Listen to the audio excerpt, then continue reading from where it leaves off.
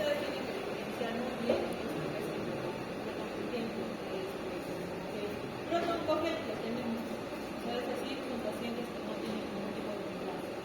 Oncogen, ahí es como ya tuve las operaciones como ya explicaba su compañero, se expresa únicamente en pacientes con patología neurológica. Ahora, ¿qué es lo que debe diferenciar esos dos términos? Después, su compañero lo ha explicado muy bien lo que es el ciclo celular, y si cada vez va avanzando todo lo que son los estudios de las diversas patologías oncológicas, ya se hacen paneles moleculares para lo que es, para dar un tratamiento más específico. O sea, realmente estamos pasando la quimioterapia y estamos pasando ya en inmunoterapia, terapia inductiva, anticonvencionales y expresión de todos esos marcadores. Su compañera también dice que presentó un cuadro muy interesante donde está ahí el CARAS, el ERAS, el BRCA1, todo eso está ahí. Entonces, eso tomarlo muy bien en cuenta, más que todo para que ustedes puedan diferenciar distintos tipos de patología.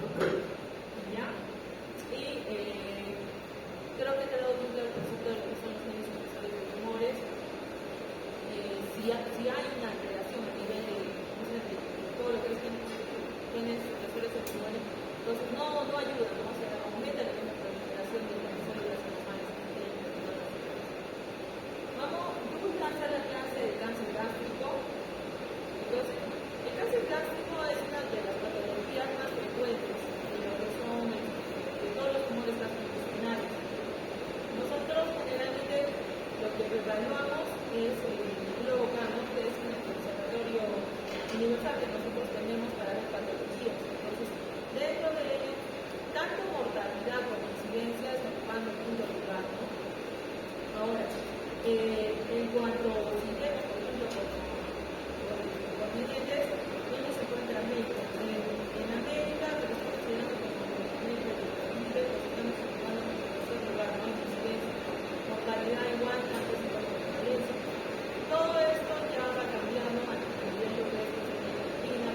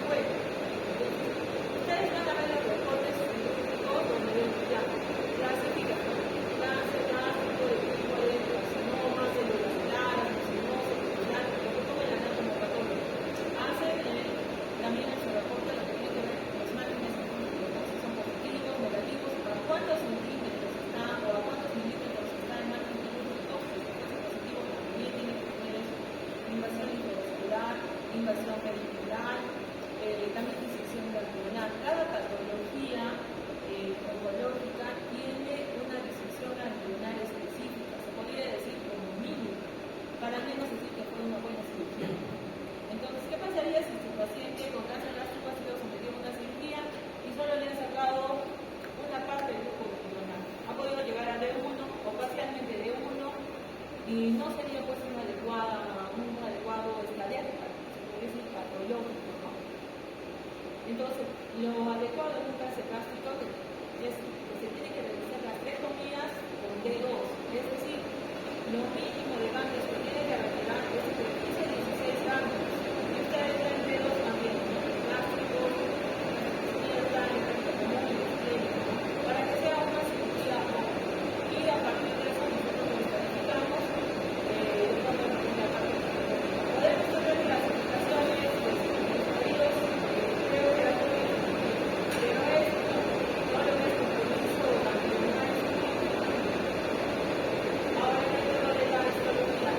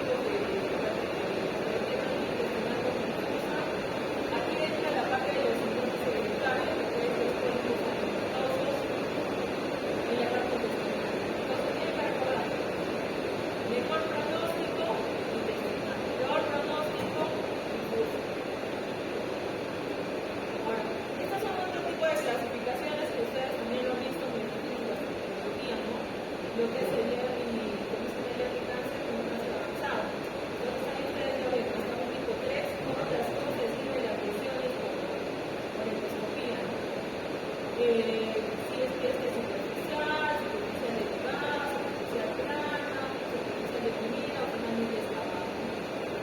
Que les va a ayudar también. Y algún cáncer avanzado, también tanto que invade por lo que es ya la emocional, estamos repasando la mucosa, su mucosa, estamos viendo que también lo que es la clasificación de norma. Ahora, toda patología gastrointestinal es heterogénea. ¿Qué significa heterogénea? Que el tumor tiende a mutar, tiende a cambiar. Puedes empezar con un tipo de patología y sin embargo, después del tratamiento, después de la cirugía puede mutar. Eso es lo que se está viendo. Hoy en día el cerebral es el microambiente tumoral, incluso en relación no solo también con lo que es el lenguaje pylori, en relación a la flora bacteriana, todo eso. Está cambiando por eso. La mayoría de los tumores, cuando se van estudiando, la mayoría ya están adoptando este tipo de complejidad, así como los que no están mutando. Por eso es que cuando nosotros evaluamos o vemos una posible progresión, nos mandamos nuevamente a anatomía patológica para ver si hay actividad. Ahora, esta es la clasificación de la donde por ejemplo tenemos decimos que el 95% tenemos adenocarcinoma, el 5% los otros tipos de patología. Entonces, dentro de lo que es adenocarcinoma, tenemos tres, más que todo lo que más prevalece, ¿no? Lo que es el tipo familiar, popular y luminoso, ¿no? Ahora, tenemos otro tipo de patologías dentro del 5%, donde ya entran los tipos arreumatológicos, carcinoides, y acá, en esos 5%, afortunadamente, estamos reduciendo las células mielocelio, ¿no? ¿Qué más? A ver si lo relacionamos en la clasificación con relación a la clasificación para lo que es intestinal y tipo difuso, desprender la frecuencia aproximadamente 54% del tipo intestinal, es decir, tienen un 32% del tipo difuso y ya un 15% del carcinoma, ¿no? Los otros de plaza. Ahora, esta es la clasificación que ya manejamos ahora último, ¿no? En la parte de la citología, es la clasificación molecular de abundancia gástrica. Entonces, nosotros tenemos 4 tipos de la clasificación molecular, ¿no? El tipo de lo que es una estabilidad proximal, una estabilidad microsatélite, de tipo estable y la de Stenbar. De los 4, ¿quién tiene mejor sobrevida? Los que expresan lo que es la clasificación de tipo de Stenbar, que son asociados a este virus, ¿no? Bien, si se dan cuenta, se ubica en la parte de fondo, en la parte del cuerpo. Si es verdad, es el que tiene mejor sobrevida, sin embargo, no es el más frecuente, es el menos de todos, aunque como un 9%. En cambio, el que tiene mayor agresividad, estamos en un término medio, hasta un 20%, que es el tipo que no está. Acá mismo describe, ¿no? Que es una histología muy difusa. Ahora, en la parte de lo que es inestabilidad cromosómica, ¿por qué menciona que se beneficia más de la terapia antigénica como también trastuzumab? Entonces, esta clasificación nos ayuda también para evaluar lo que es el pronóstico, la respuesta al tratamiento, ¿no? Y también si va a ir bien el paciente. Si expresa para el tipo de clasificación de Stenbar, sabemos que la mención pues, va a ser terapia, sabemos que va a ir bien el tratamiento. Pero si por ahí vemos que es de tipo genoma estable, sabemos que tenemos en duda la respuesta al tratamiento del paciente. Ahora, lo que es inestabilidad microsomal, si bien es la mayor frecuencia en cuanto a lo que nosotros evaluamos, por ejemplo, el trastuzumab, tenemos que pedir o ayudarnos de la parte de inmunohistoquímica, ¿no? Tal vez pedir que expresen receptores con HER2. Con sus compañeros que hemos rotado, hemos visto cáncer de mama, ¿no? Por ejemplo, en inmunohistoquímica hemos visto la expresión de HER2, también hemos visto lo que son para lo que son hormonas. Entonces, si se acuerdan de la parte de HER2, también se puede aplicar lo mismo en un cáncer gástrico para darle terapia definitiva. Esto es lo mismo de los tipos moleculares de cáncer gástrico. Lo que este cuadro nos ayuda más que todo ver el tipo de mutación, ¿no?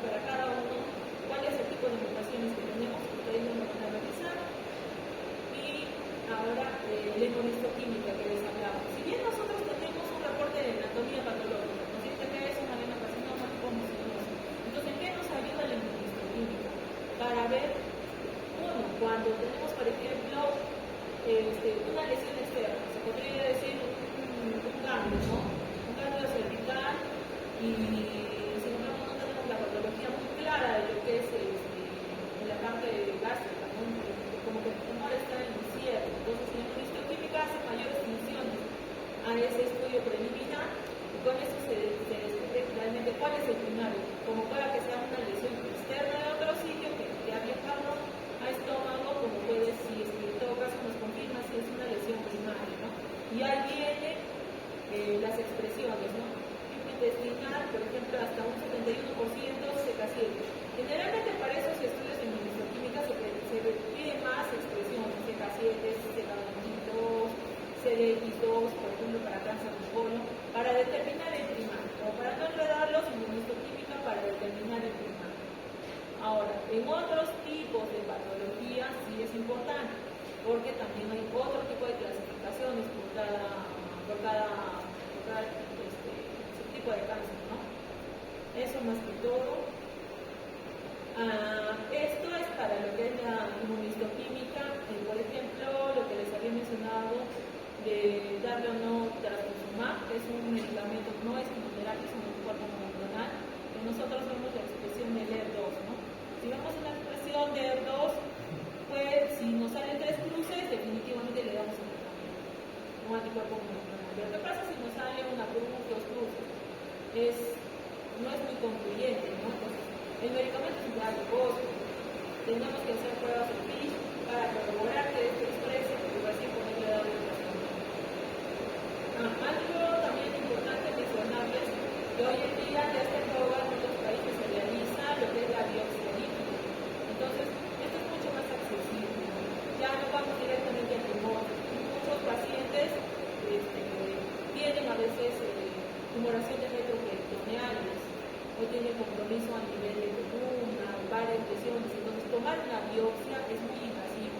Por ejemplo, si es un compromiso retroperitoneal, hasta hacer una laparoscopía diagnóstica es bien complicado. No pueden acceder a esa zona. Tienen que hacer, no van a hacer una cirugía abierta solo para buscar una biopsia. Entonces, la biopsia líquida ya nos ayuda, no es ADN circulante, es como cualquier examen de sangre que se va a realizar al paciente y ya se puede catalogar el primario o la neoplasia, incluso hasta como exámenes preventivos, tiene un sitio que se hace una biopsia líquida, ¿no? Este estudio ya se está haciendo en algunos países. Los síndromes hereditarios que ya los hemos visto, no, pero estos ya no los vamos a ver. Todos estos son todos los síndromes hereditarios. Factores de riesgo. En general, todo tipo de neoplasia, un 90% son factores de riesgo, un 5 a 10% es lo que es la parte genética. Entonces, nosotros tenemos que diferenciar los factores de riesgo. Si bien tenemos para cada patología factores de riesgo específicos, sin embargo, cambio con lo que es el medio ambiente. Por ejemplo, de nosotros, para nuestro ámbito, pues tenemos minas, ¿no? Entonces, tenemos bastante, no hay desagüe, ni tampoco hay agua potable en toda la zona. Tiene que ser un factor de riesgo, que eso también ustedes preguntan en sus historias clínicas. Entonces, si nos vamos por el aspecto general, el estado nutricional, ¿no? Ahí mencioné la población sal, consumo alto de nitratos, bajo consumo de vitaminas, mala preparación de alimentos, más que todo esto se refiere a las carnes ahumadas, ¿no? Que es un factor de riesgo. Ocupacionales, todos los pacientes de trabajadores de mina, caucho, carbón, exposición al cigarro. El cigarro es factor de riesgo para todo tipo de neoplasias.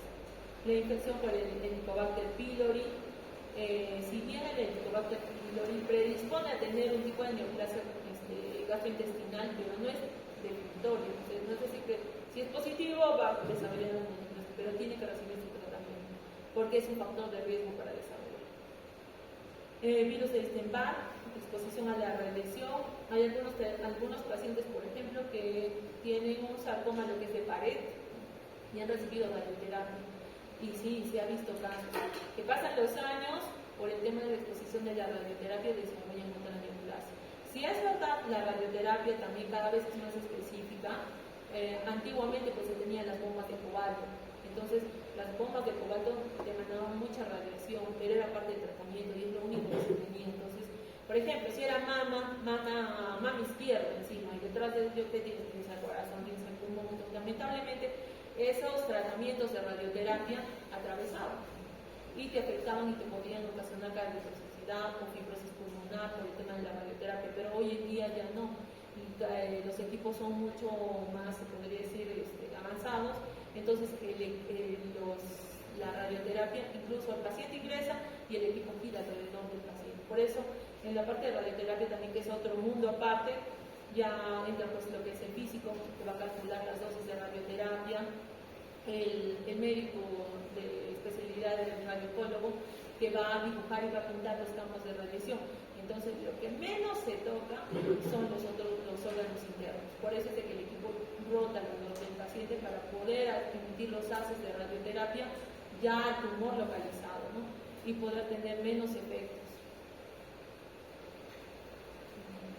Después, exposición a radiación, cirugías gástricas previas, también tratamiento previo para el tejido linfoide, los linfomas también. Si bien los linfomas son, no solo los linfomas tienen compromiso ganglionar, los linfomas también se han visto compromiso extraganglionar. Tenemos pacientes con linfoma gástrico que tienen compromiso ganglionar limitado, ¿no? A veces solo en un determinado grupo un grupo ganglionar. Entonces ya cambia el estadiaje, pero los linfomas no se compromiso.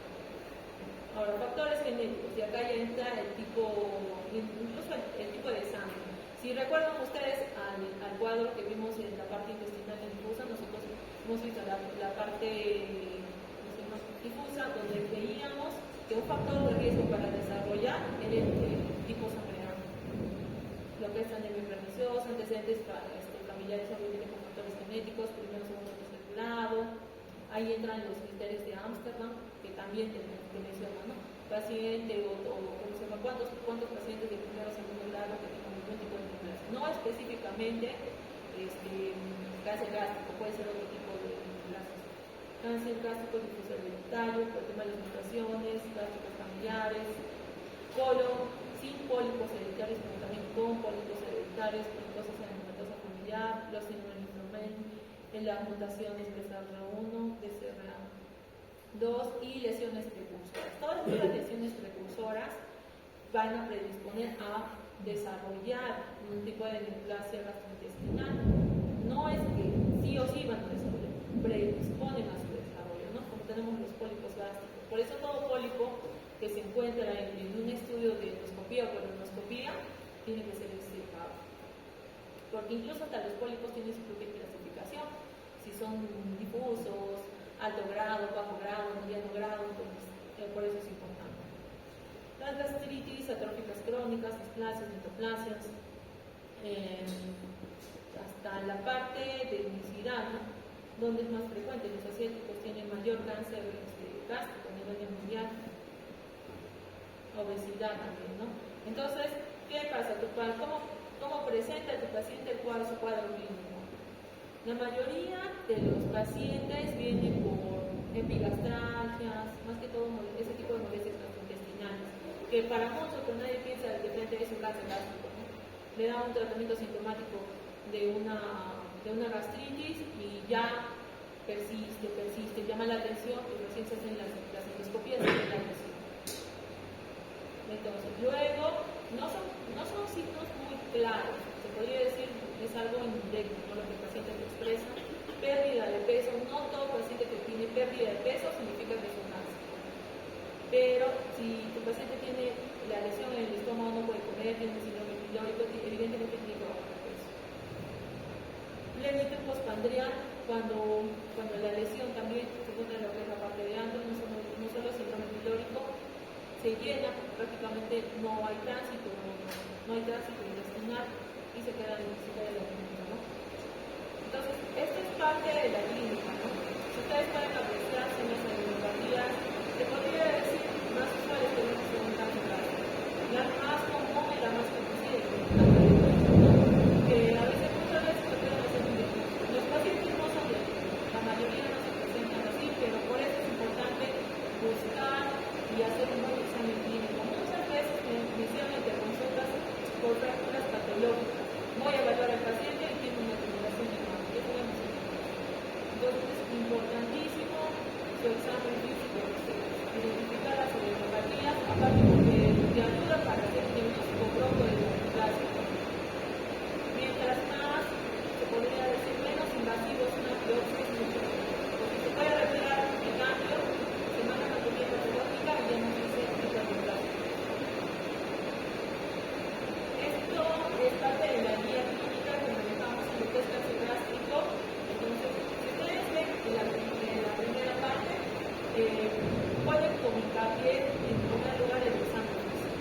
Tiene que ser un buen examen físico, de todas maneras entran los estudios de endoscopía, colonoscopía, las tomografías, las tomografías, tórax, abdomen y pecho con contraste, que se tienen que realizar.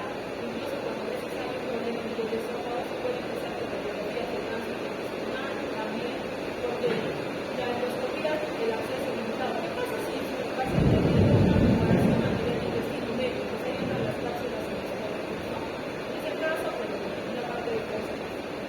PET-CT no es usualmente pedido, no es, hay hospitales grandes que tienen, pero si ya ves, ya tienes colonoscopía, ya tienes tomografía, ya has comunicado con pacientes, PET-CT.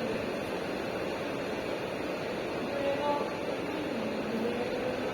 los estudios, las resecciones endoscópicas. Las resecciones endoscópicas también se tienen. Si bien acá pueden todo lo que es la región de punto, incluso para los que no hacen el tipo de resecciones endoscópicas. La mayoría hacen las resecciones totales, las resecciones totales. Ahora, ¿para quiénes hacen resecciones endoscópicas? Para aquellos pacientes que tienen son un T1A, un T1. También tienen sus especificaciones. ¿Qué pacientes van a hacer resecciones endoscópicas? Por ejemplo, si pacientes van a someter una resección endoscópica, tienes que tener una ecoendoscopía, es decir, a qué parte del tejido está ocupado, ¿no? Son mucosas, mucosas, pues tienes que ver eso para tomar y especificar alguna situación. Las biopsias de metástasis no es incluyente. Los estudios mutacionales que entran también acá, ¿no? Para ver el paciente si se puede beneficiar no solo en quimioterapia. Entonces, expresión del LER2, que les he mencionado, PDL1, que también hace paneles moleculares para estos pacientes. Miren, si se dan cuenta, hasta la parte del apoyo nutricional que para el paciente que estás diagnosticando el cáncer. Porque cómo va a comer, qué tipo de dieta, todo eso. Si el paciente va a recibir tratamiento, tienes que preocuparte cómo se va a alimentar. En caso de los factores de riesgo, que obviamente se tienen que cortar, hasta eso menciona la guía. El estudio familiar en otros hospitales se tiene médicos dentistas. Los pacientes diagnosticados se mandan de inicio. En otros hospitales tenemos lo que son cuidados paliativos. El paciente ingresa, también va al mismo tiempo, recibe tratamiento, va a la parte genética y también es cuidados paliativos, ¿no? Todo eso, lo que es la parte del Helicobacter pylori, de todas maneras se tiene que hacer el destaque y tiene que recibir tratamiento. Tiene cáncer gástrico, tiene el Helicobacter pylori positivo, igual tiene que recibir paralelamente ambos tratamientos. De acuerdo a todo este estudio que tú haces a tu paciente, ya lo has identificado, tienes todo, entonces ya ves qué es lo que le corresponde a tu paciente, ¿no? Entonces, si es uno localizado, puede ir un T1A, un T1B, puede ir una resección endoscópica. Si es un localmente avanzado, entonces ya puede ir tal vez o un localizado, puede ir a una cirugía preoperatoria. Por el contrario, no es candidato pues, a un tratamiento de quimioterapia neoadjuvante, es un tratamiento neoadjuvante antes de la cirugía, con la finalidad de llevarlo, ¿no?, a la cirugía para que esto sea, porque saben que el tratamiento lo que va a hacer es disminuir el tamaño tumoral, como es a nivel sistémico, entonces también va a actuar a nivel de lo que son las metástasis, ¿no? Para que tú llegues a ese paciente y tengas el objetivo de que tu paciente se cure, ¿no? Todos buscamos esa opción del paciente. Entonces, parte de lo que es el seguimiento, mientras lo que son los marcadores tumorales, tenemos en lo que es cáncer gástrico varios marcadores tumorales. Ahora, si se dan cuenta, no todos los pacientes expresan marcadores tumorales, y algunos pacientes que no.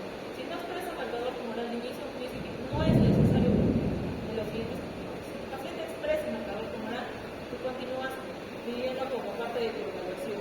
Ahora, ¿cómo esto te ayuda incluso a la sensibilidad? Si tienes pacientes con más de 1.000, más de 800 que ayudan incluso a saber si la enfermedad podría ser metastásica, ¿no?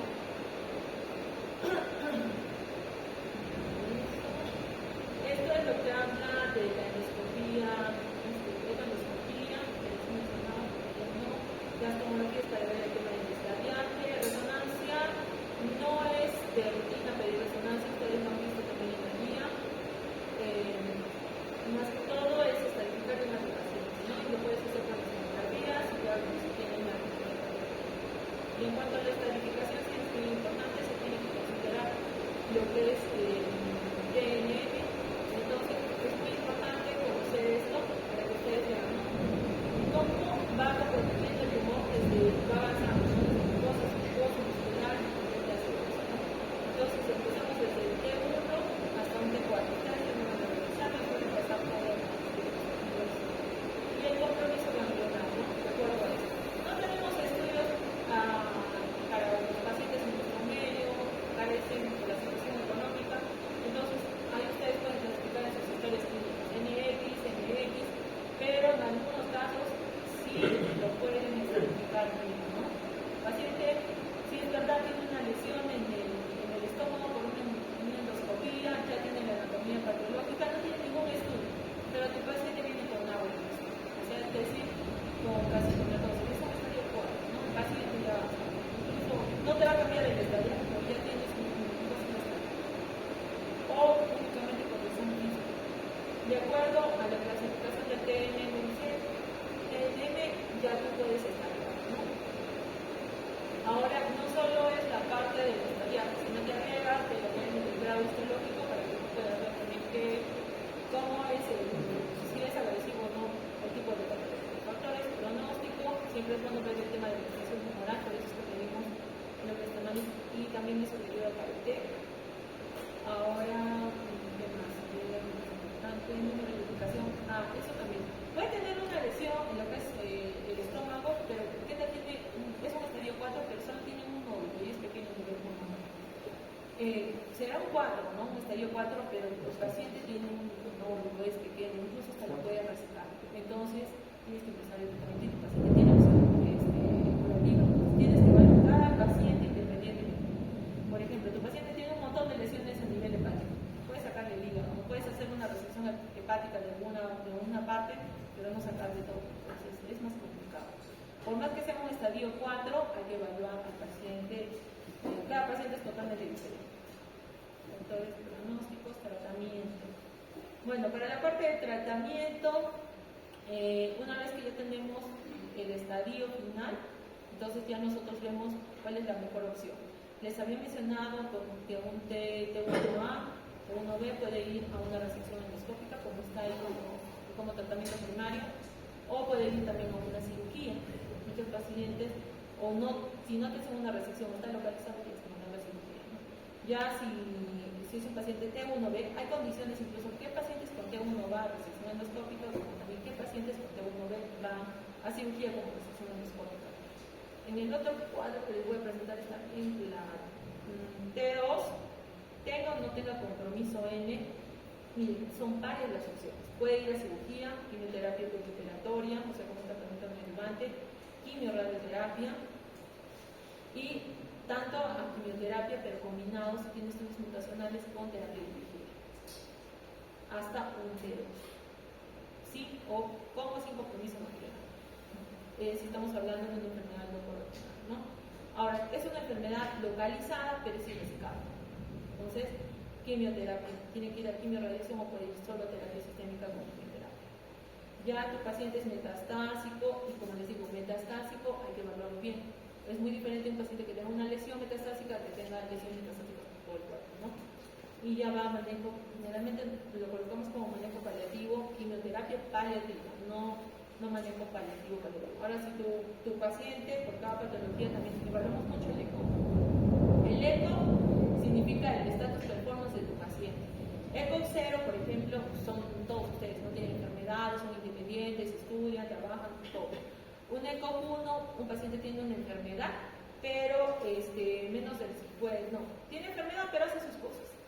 Un ECOG 2, tu paciente tiene su enfermedad, pero menos del 50% está en cama. Un ECOG 3, tu paciente tiene una enfermedad, pero más del 50% está, de horas está en cama.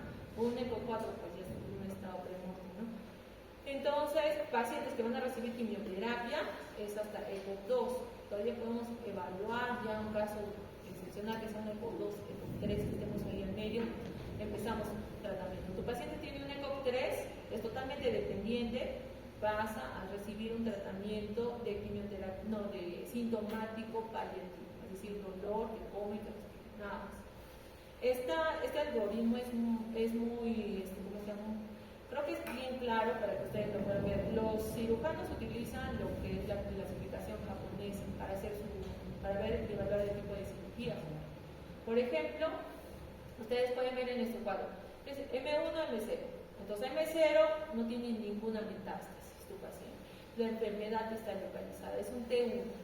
Entonces, ¿tiene compromiso ganglionar? Vas bajando. ¿Tiene compromiso ganglionar? No tiene. No tiene tu paciente compromiso ganglionar, entonces lo tienes que evaluar. Es un T1A, T1B. Si es un T1A, ¿de qué tamaño es la lesión? Si es menor o igual a 2 centímetros, tiene invasión linfovascular. Si por el contrario, un T1B es menos de 1.5 centímetros. Ahí te dice, sí, no, ¿qué vas a hacer? Y miren, si se dan cuenta, solo el T1A, en este tipo de clasificación japonesa, solo él va a resección endoscópica. Como que la guía americana te dice T1A, T1B, pero hay que ver en qué casos. T1B ya te manda una gastrectomía tipo D1, como les expliqué, de los grupos ganglionarios, pero la mayoría y la mejor cirugía es que sea D2. Compromiso ganglionar, todos van a la gastrectomía estándar con disección ganglionar D2. Ya tu patología es pues más avanzado de 4B, entonces ya va a gastrectomía con resección también D2. M1 ya tiene que ir a quimioterapia, radioterapia, puede ser cirugías paliativas también, tiene que evaluar eso.